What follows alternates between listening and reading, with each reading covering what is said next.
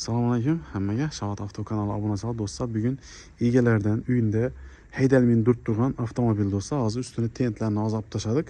Yana egalar Rossiyada ekan, ikki avtomobildan bostirib ketdi ekanlar. Honda Odyssey degan avtomobil do'stlar. Buni to'g'risi men uncha tushunmayman. Tushunadi insonlar. Biladi bu avtomobilni do'stlar. Kaprizni emas dedi motorni. Motor holati zo'r dedi. Şöyle ekranda nomer duradi, bemalol telefonlashib osonroq bo'ladi. 300 mingdan ko'proq yurgan, holati zo'r. Lyuklar ham bor, 8 mestali avtomobil. Bagaj ham tayyor ekan bunda do'stlar. Rossiya, Qozog'iston, Toshkent qatnayverasizlar. Holatlari zo'r. Avtomat korobka. İçi dum keng ekan lekin bu avtomobilning do'stlar.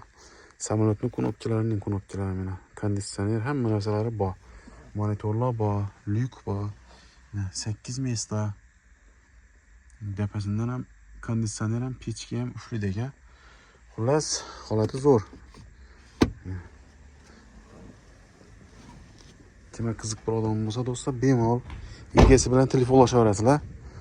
Holati normalniy. Hozir tentni olib tashladik ustidan.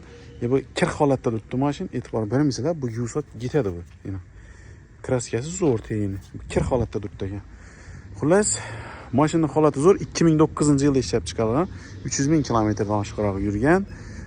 Narxini keladigan bo'lsak do'stlar, $17 ming narx aytilib turibdi.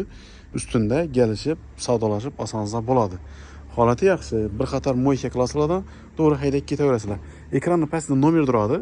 Egasining nomeri, pramo ega bilan gaplashib olaverasizlar. 2009-yil Honda Odyssey, $17 ming narxi. Telefonlashib kelishib olaverasizlar.